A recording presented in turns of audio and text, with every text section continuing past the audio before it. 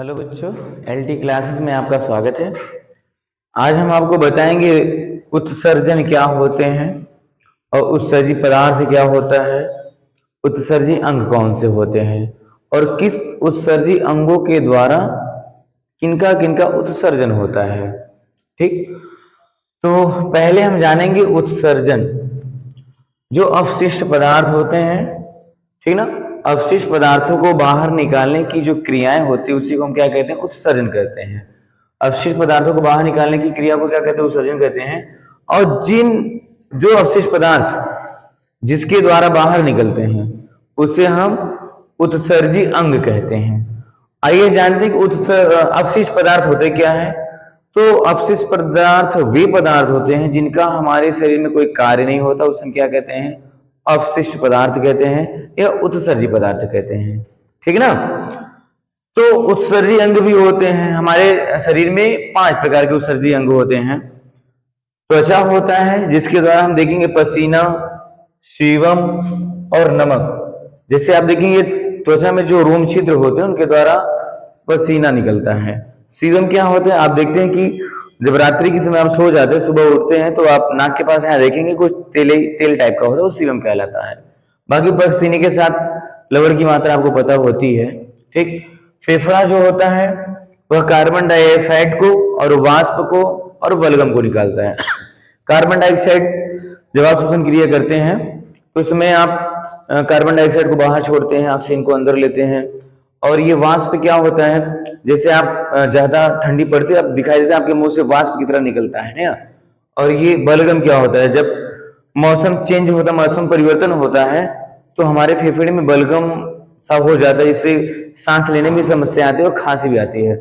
उसी खांसी के द्वारा लोग बहुत तीव्र गति से फेफड़े से झटका दे करके बलगम को क्या करते हैं, बाहर निकालने का कार्य करते हैं। ठीक है ना। आइए जानते बड़ी आंत क्या होता है। जो बड़ी आंत होता है वह भी एक प्रकार का उत्सर्जी अंग है जिसके द्वारा अधपचा या अनपचा जो भोज्य पदार्थ होता है उसी को हम बाहर निकालते हैं, मल के रूप में त्यागते हैं। और जो हमारी यकृत होती है यह भी क्या करते हैं, अमोनिया को यूरिया में कन्वर्ट कर देती है। अमोनिया एक विषाक्त पदार्थ होता है। अमोनिया कैसा पदार्थ है, एक विषाक्त पदार्थ होता है जो जहरीला होता है। और जो हमारा ये यकृत होता है, लीवर जो होता है, इसी अमोनिया को यूरिया में कन्वर्ट करते हैं। फिर यूरिया मूत्र के साथ मिलकर के वो वृक्क के साथ बाहर निकाल दिया जाता है। अब वृक्क देखिए क्या होता है, वृक्क इसी यूरिया को पेशाब के रूप में क्या कर उत्सर्जित कर देती है। तो हम सबसे पहले जानेंगे, आज हम आपको बताएंगे किडनी के बारे में। किसके बारे में, किडनी के बारे में। ठीक ना। तो जो हमारी किडनी होती है या वृक्क जो होता है उसे हम उर्दू में क्या कहते हैं, गुर्दा कहते हैं। यह एक जोड़ी होता है। कितना होता है, एक जोड़ी होता है, जिसका जो आकार होता है वह सेम के बीज के आकार का होता है। जो इसका वजन होता है वह वजन 140 ग्राम लगभग होता है। लेकिन व्यक्तियों के बॉडी के अनुसार, अगर व्यक्ति का जो शरीर होता है, किसी मनुष्य का शरीर अगर थोड़ा सा मोटा तगड़ा हो तो उसकी जो किडनी की वजन होगी कुछ और ही होगी। ठीक। लेकिन नॉर्मली अगर हम देखेंगे सामान्यतः तो 140 ही ग्राम होते हैं। तो आइए हम वृक्क के बारे में जानते हैं क्या होता है। देखिए वृक्क जो हमारा होता है वह एक प्रकार का मुख्य उत्सर्जी अंग है जिनके द्वारा नाइट्रोजन युक्त वज्र पदार्थों को बाहर निकाला जाता है। ठीक ना। और इसका काम क्या करता है, रक्त को छानने का कार्य करता है। जो वृक्क हमारा होता है वह रक्त को क्या करता है, छानने का कार्य करता है और पेशाब का निर्माण भी करता है। जो इसके चारों तरफ ये झिल्ली लगी होती है, वृक्क के जो चारों तरफ ये क्या झिल्लियां जो लगी होती है, इसी को हम क्या कहते हैं, पेरिटोनियम। क्या होता है भैया, पेरिटोनियम झिल्ली होती है। ठीक। इसकी संख्या 2 होती है, 1 2। और जो इसका भार होता है कितना होता है, अभी हमने बताया आपको 140 ग्राम होता है सामान्यतः। और जो इसका बाहरी भाग होता है, ये वाला जो बाहरी भाग है वृक्क का, इसे हम कार्टेक्स कहते हैं। जिसका आंतरिक भाग जो इसका होता है उसको हम मेडुला कहते हैं। बाहरी भाग को कॉर्टेक्स और आंतरिक भाग को मेडुला कहते हैं, या मध्य भाग को मेडुला कहते हैं। और जो इसकी इकाई होती है वो नेफ्रॉन की, किसकी होती है, जैसे अगर हम सजीवों की इकाई की बात करेंगे तो भैया क्या होगा, कोशिका होगी। तो इसकी इकाई की बात करें तो नेफ्रॉन होता है। जो हमारा वृक्क होता है यह लगभग 8 लाख नेफ्रॉनों से मिलकर के बना होता है। जो नलिकाएं, वृक्क नलिकाएं जो होती है बहुत पतली पतली सी संरचनाएं होती है। तो उसके बने होते हैं, ठीक ना। अब आइए हम जानते हैं इसकी जो संरचना ग्लोमेरुलस होता है, इसमें बोमेन सेम्पुट भी है और नेफ्रॉन होता है। जो ग्लोमेरुलस होता है वह परानिषेचन का कार्य करता है, अल्ट्रा फिल्ट्रेशन जो करता है, ठीक ना। यह क्या करता है, रक्त से कणों को छान करके अलग करता है। देखिए उसी रक्त में आपका आवश्यक पदार्थ भी होता है और अपशिष्ट पदार्थ दोनों होते हैं, लेकिन जो ग्लोमेरुलस होता है वह दोनों को एक साथ छान करके ब्लड से अलग कर देता है, ठीक ना। और जो शुद्ध रुधिर होता है उसको वापस भेज देता है। और उसमें होता क्या क्या, जैसे अमीनो एसिड हो गया, ग्लूकोज होता है, यूरिया होता है और यूरिक एसिड होता है। इसमें आवश्यक पदार्थों के साथ साथ अपशिष्ट पदार्थ भी होते हैं। और बोमन संपुट का कार्य देखिए क्या होता है कि जैसे अब इसने क्या किया, ग्लोमेरुलस को नहीं पता है इसमें कौन सा आवश्यक पदार्थ है कौन सा अनावश्यक पदार्थ है, इसलिए दोनों पदार्थों को ब्लड से छान करके ब्लड को वापस पुनः भेज देता है। बाकी जो ग्लोमेरुलस होता है वह आवश्यक अनावश्यक पदार्थों को वोमर संपुट में भेज देता है। तो वोमर संपुट का यह कार्य होता है कि उसमें जो वजरी पदार्थ होते हैं या फिर अपशिष्ट पदार्थ होते हैं या आवश्यक पदार्थ हो उनको छान करके अलग करना।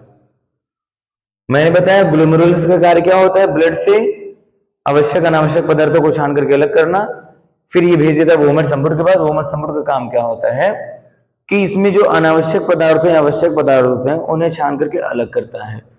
तो इसमें देखिए क्या है, यूरिया को अलग कर देता है, जल को पुनः अवशोषित कर लेता है। जो ये वोमर संपुट होता है, वोमेन संपुट जो होता है वह जल को क्या कर देता है, पुनः अवशोषित कर लेता है।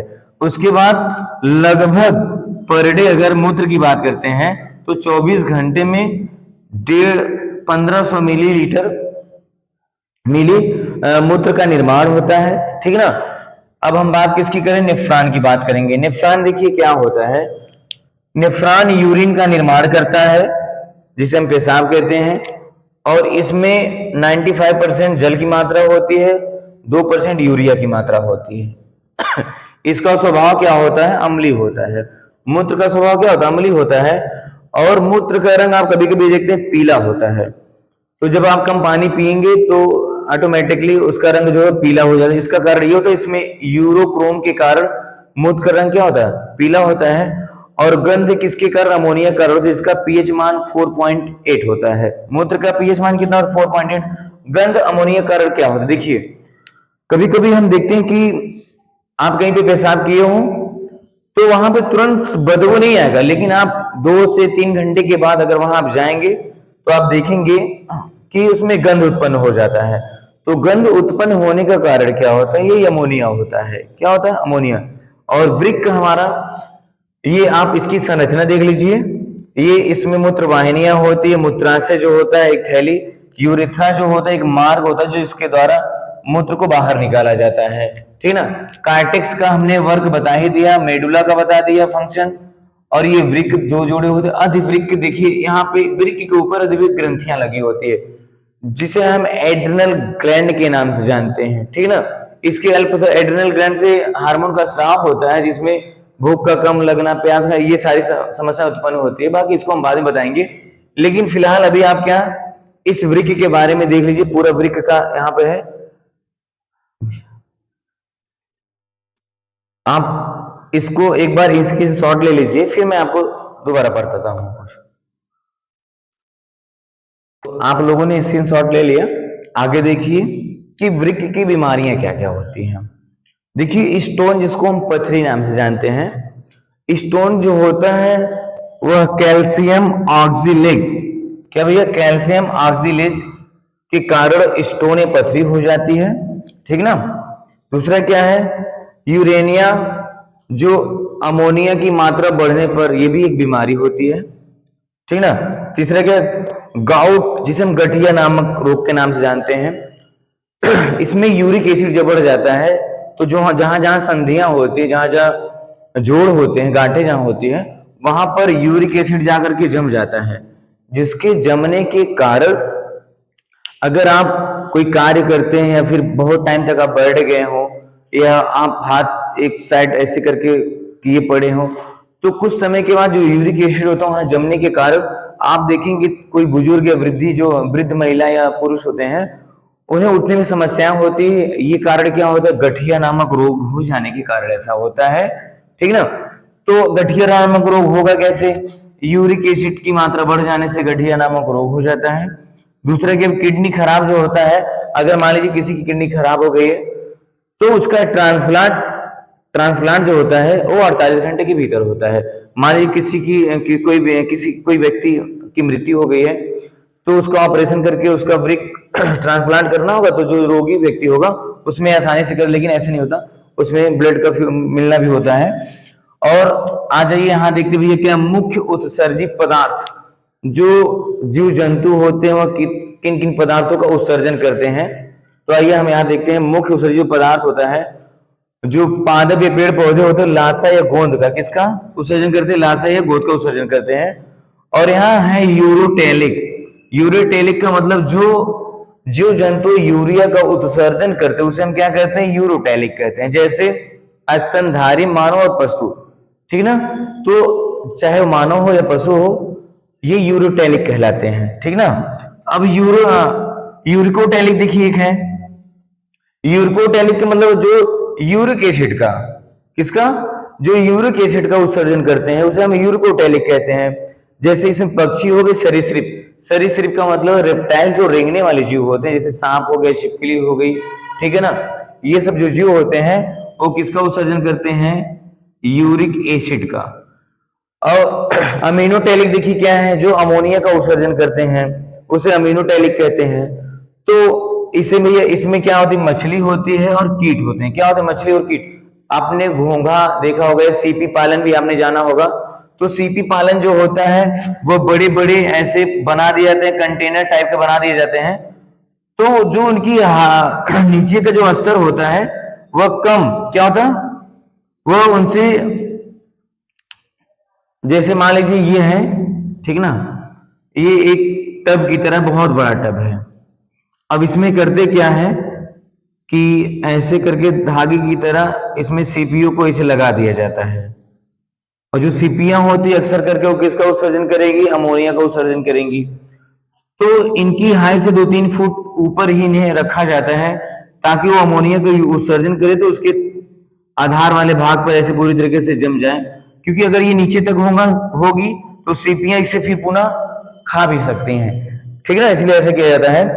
और गेम्नोटेलिक देखिए क्या होता है? ग्वानिन का जो उत्सर्जन करते हैं वो गेम्नोटेलिक कहलाता है। इसे मकड़ी जो होती है वह गेम्नोटेलिक कहलाती है। तो आपका ये वृक्क हो गया, उनसे जो है बीमारियां, उत्सर्जी पदार्थ और ये सब बातें इसमें पूरी तरीके से हैं। तो आपका यहाँ उत्सर्जन समाप्त होता है वृक्क वाला। तो हम मिलते हैं अगले वीडियो में एक अच्छे वीडियो को लेकर के जो आपके परीक्षा की दृष्टि से बहुत ही ज्यादा लाभदायक होगा।